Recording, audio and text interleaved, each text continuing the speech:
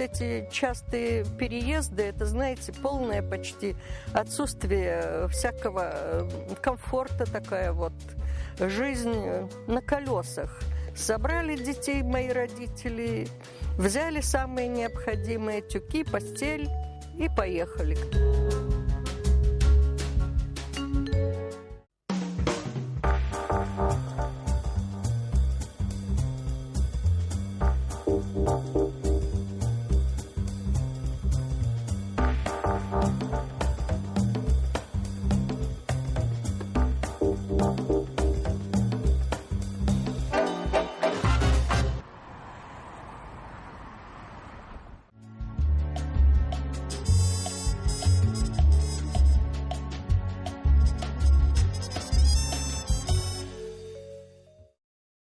Видела трактовку моего имени не только легкая, но и покорная. Вот с этим я не согласна.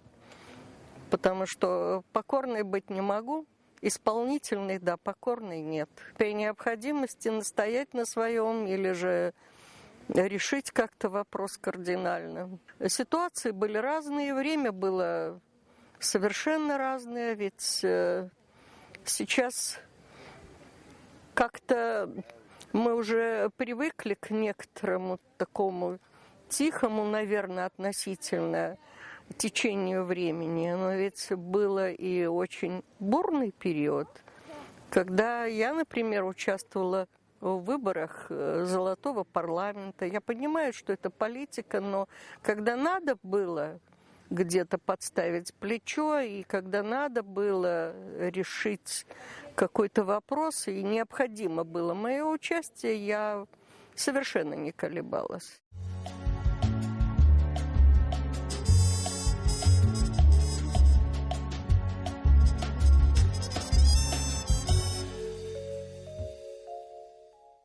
Я ведь в Грузии родилась, из-за чего часто меня спрашивают, а часто я езжу в Грузию. Я начинаю объяснять, что у меня отец служил в Закавказском военном округе, и не езжу я туда. Я в Абхазии живу. Детство у меня было потрясающим в том плане, что я родилась в семье военнослужащего Советской армии, и в итоге моему отцу приходилось очень часто переезжать по месту службы. Взять хотя бы тот факт, что в течение моей школьной жизни я поменяла 5 школ.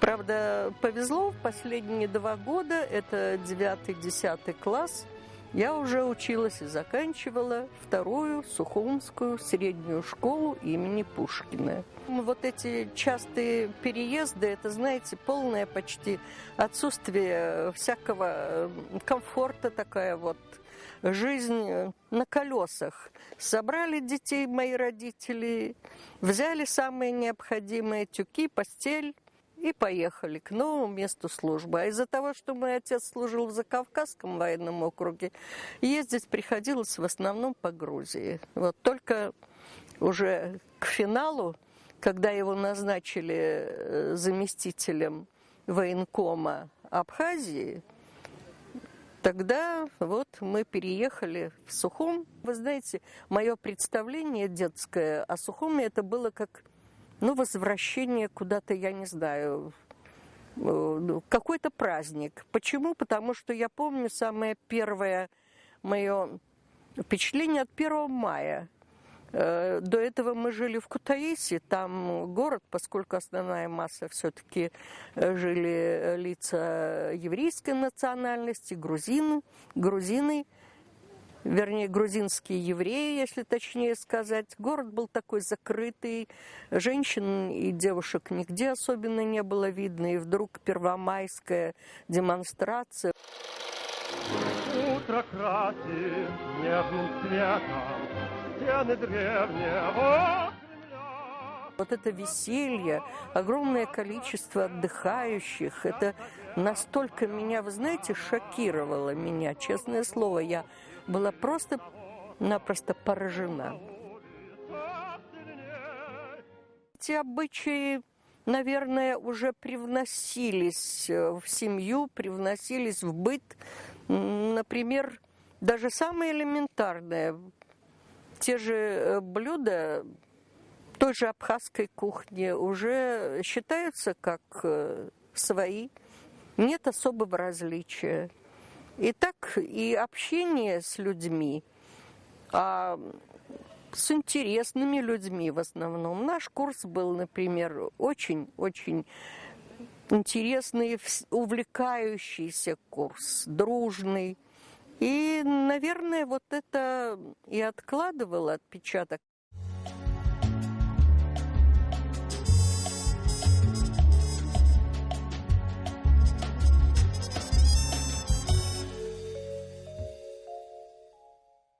Вы знаете, в какой-то степени я жалею, потому что время было более комфортное, жизнь была более налажена, и не было тех проблем, которые сейчас встают, которые надо решать сейчас.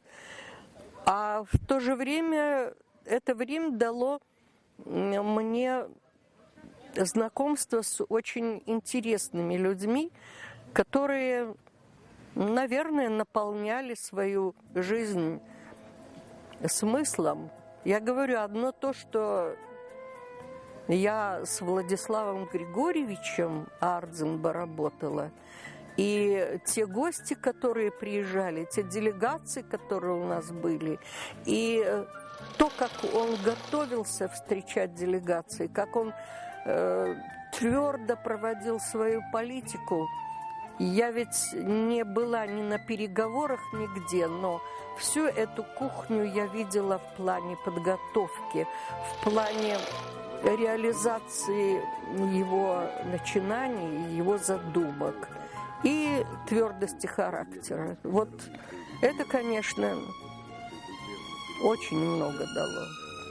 Разумеется, было очень трудно порой, тем более, что как только закончилась война и переехали сюда, из Гудаут, то каждый считал своим долгом, если у него какая-то проблема, должен решить только Ардзинба, только он, вплоть до того, что что-то газа нет, а пусть Ардзинба мне привезет. Еще какие-то проблемы с водоснабжением, а куда смотрит Ардзинба? И вы знаете, вот надо было отсекать все вот эти мелкие ненужные вопросы, даже его оберегать, потому что человек прошел войну, тем более войну тяжелую в том плане, что каждая гибель солдата на войне, каждая трагедия с тем же вертолетом, летевшим из Ткварчала, это был не просто укол в сердце его, а это была уже рана, страшная, незаживающая рана. И поэтому надо было вот его оберегать.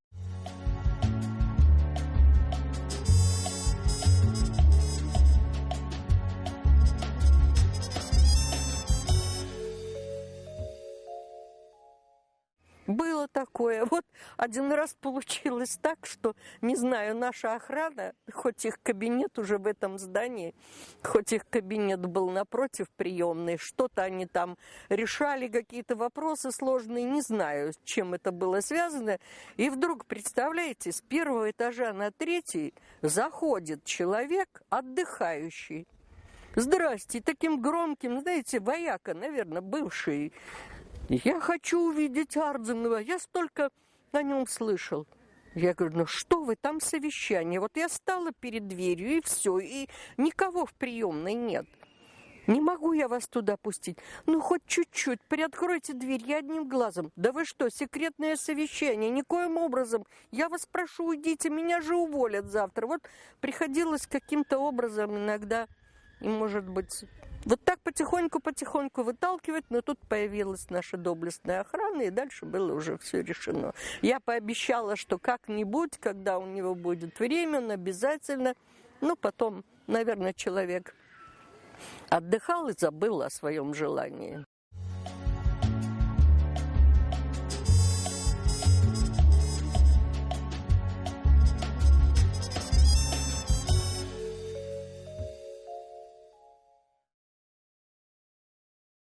Вы знаете, я дважды видела в своей жизни разоренный его кабинет. Это когда после начала войны нас пустили забрать трудовые книжки вот в это здание. И я посмотрела на его кабинет, и его кабинет, кабинет Сергея Шамба и Юрия Николаевича Воронова были наиболее в ужасном состоянии. Просто, знаете, все крушили, громили, вот ничего не оставалось в нормальном состоянии. И то, что я увидела его кабинет, особенно меня поразило и особенно меня задело за живое, вот эти мраморные настольные часы, вы их неоднократно видели, которые ему подарили потомки махаджиров, турецкие абхазцы. Там была табличка на английском языке «Президент of Republic of Abkhazia Ардзенбе», часы и место для 2 флагов. И вот эти часы лежали на полу, и я не знаю, с какой силой, с какой ненавистью надо было их крушить, чтобы мрамор рассыпался. Тогда еще жив был Атар Мацхарашвили, вот он приходил, там восстанавливали все, он говорит, спросите, восстановить эти часы мы можем. Я спросила, он говорит, я их не возьму. Я отнесла в музей наш республиканский, краеведческий, но не знаю, готова там экспозиция или нет. Наверное, мало кто знает, что он же с Кондратьевым. Я не знаю, куда они летели, но после вот этой вот неудавшейся попытки Кондратьева завести сюда беженцев организованно, он же пригласил его полететь с ним на вертолете. И ведь вертолет где-то с расстояния 10 метров в Гудаутах рухнул. Остановился мотор, и вертолет рухнул. Как он не загорелся, как что, но я увидела, я была-то на работе, не было такого, что если он ушел, все, моя работа закончилась, я ушла. Он вернулся, я смотрю, на нем лица нет, вот такой весь, знаете, как пружина сжатый. Что случилось? Почему? И он, зайди ко мне. Я зашла, накапай мне. Мне накапало капли сердечные. Вот, он сел, закурил, тогда он еще курил. И сказал, что вот представляешь, такое случилось. Так что было это задумано, не знаю, но человек и это пережил. А потом все равно он встречался с теми людьми, которые принесли ему и боль, и разочарование, и порой даже обманывали его, все равно он встречался, как ни в чем не бывало, потому что для него задачи государства были прежде всего. Мы даже пока не доросли до уровня, не обязательно вот именно забронзоветь, но оставить вот какие-то памятные знаки, которые были связаны с ним, с его именем. Взять хотя бы... Мы учились, вот где сейчас располагается СОИ. Я так, честно говоря, мечтала еще до того, как готовился план к 70-летию, чтобы там появилась мемориальная доска. Я, честно говоря, очень хотела бы, чтобы и на нынешнем здании Абиги тоже появилась такая же мемориальная доска, потому что, смотрите, мемориальных досок наших писателей, поэтов, общественных деятелей много, а его нет. Но почему-то тем, кому я говорила, считали, что нужно на его доме, но ведь его дом находится на территории, которая охраняема, люди не увидят и не подойдут туда.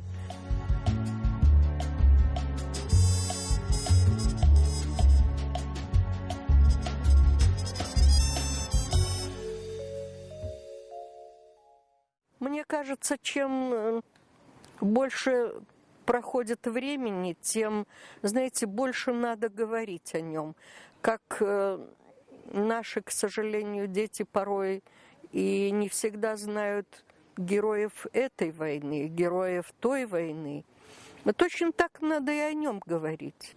Пока мы его современники живы, хотелось бы что-то, чтобы было и говорила о нем. Потому что все-таки, если человек, а ведь действительно, он был основателем государства, и мы должны воздавать ему должное. Нельзя стесняться в этом ни своей любви, ни своего почитания, ни своего даже поклонения. Я говорю, мне было сложно с ним, потому что у него характер такой взрывной, но он отходчив. И он всегда знал, если не прав, он обязательно извинится. Вот бывало минутное какое-то, он устал, вот завели там, как у нас бывает. Один пригласил своего родственника, завел туда, второй, третий, у него разболелась голова. За это время я ничего не могла сделать, это наши сотрудники. Они своих родственников, знакомых заводили, не знаю по каким делам. Здесь я не могла встать перед дверью. Но он потом мне сказал, ты для чего здесь сидишь, если ты не можешь вот это вот прекратить, это шествие ко мне. И вы знаете, я думала, это было так грозно сказано, я думала, что все. Я завтра ухожу с работы. Мне скажут, уцейт. Вот. Но утро пришло, приехал он и говорит, извини, Рая, я понимаю, что ты здесь ничего не могла сделать. Это совершенно тебя не касается. Я был неправ. Вот это его сторона, знаете... Это сторона сильного человека. Сильного человека. Очень сильного человека.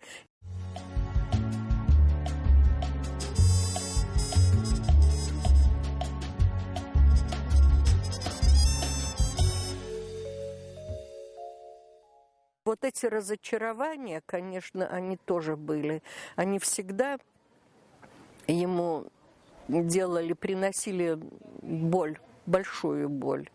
Но он держался. И самое страшное, что последний раз, когда он пришел в декабре 2004 года, когда прошел один тур голосования, он пришел еще сюда, в свой кабинет. Он приказал и перебирал в течение с 10 утра и до 6 вечера мы работали. Он пересмотрел буквально все свои записи, ему подносили и говорил уничтожить, уничтожить, уничтожить. Ведь каждую встречу любой делегации, будь это российская делегация или зарубежная, или какие-то вопросы, которые поднимались, такие насущные, по проблемам государства, по развитию хозяйства, культуры. Он все это записывал, и он все это уничтожил, он приказал уничтожить. Вот в течение всего дня мы сидели, и через эту специальную машину, которая режет на мелкие полоски его записи, я его просила, ну оставьте хоть что-нибудь. Может быть, нет, говорит, я ничего не хочу. Вот эта боль, вот это страшно. Вот нельзя было так вот.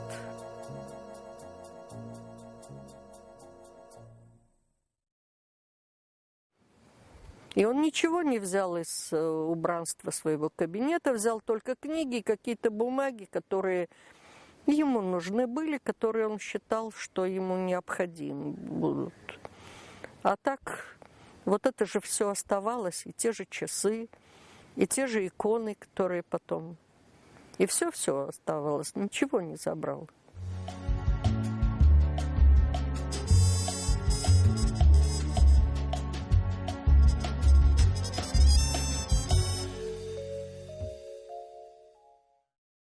Я не приемлю предательства. Я не приемлю предательства. Для меня это самое страшное.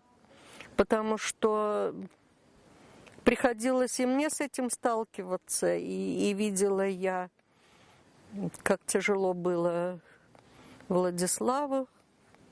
Вот. Предательство – это самое страшное. И особенно предательство, если близких. Оно может выражаться в разных, не обязательно там в разведку пойти, не пойти, но просто когда близкие где-то на них рассчитываешь, веришь в них, и вдруг от тебя просто отворачиваются. Вот это тяжело. И вы знаете, что удивительно, ведь он мне снился одно время даже. И вот один сон меня вообще потряс, когда я вроде пришла в госуниверситет абхазский, и смотрю, он сидит в очереди на скамье. А я пришла за какой-то справкой. Я говорю: Владислав Григорьевич, почему вы здесь сидите? Вам нужна справка, так идите возьмите. Кто меня уже помнит, Рая? Меня уже не помнят. Вот это вот, вы знаете, может быть, я не знаю, подсознательно или что, ну вот так вот.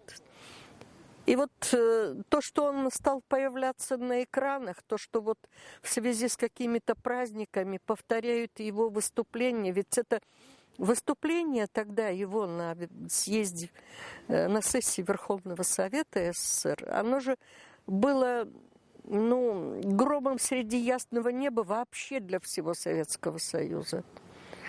А как-то у нас сразу так вот прошло, а потом в течение долгого времени как-то... А может быть, надо чаще говорить, пусть и молодежь помнит и знает. Мне многие говорят об этом, что нужно писать воспоминания, что нужно это самое. Я как-то считаю, что я не смогу, наверное, а может быть, смогу передать. Может быть, просто, знаете, какие-то заботы, какая-то боль, какая-то неустроенность, вот, и бытовая, когда на 7-м этаже часто нет воды или еще что-то. Вот это, наверное, все мешает, может быть, заняться. Мне очень многие говорили, журналисты в том числе, что садитесь, пишите. Ну, правда, у нас сейчас так много писателей стало, что даже страшно становится. Лучше уж не быть посредственным писателем, чем что-то накропать.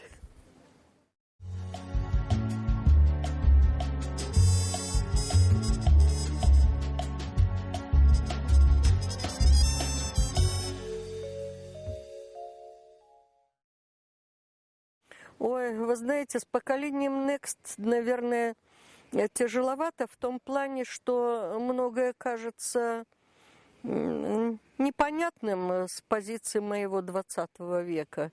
Но надо, опять-таки, лучше промолчать. Лучше. Одно время, конечно, было сложно, когда мой внук был помладше, еще в школе учился.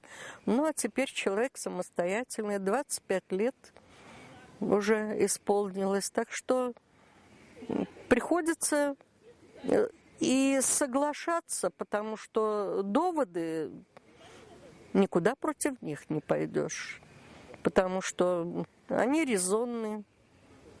Конечно, бывает обидно, что вроде человек поступал по лимиту, а работы мы так здесь и не нашли. Вот, пришлось уехать опять в Ростов, там тоже проблемы. Беженцы, все такое, опять вернулись сюда. Вот эта неустроенность немножко, она волнует, она немножко тяготит. Но приходится верить, я оптимист.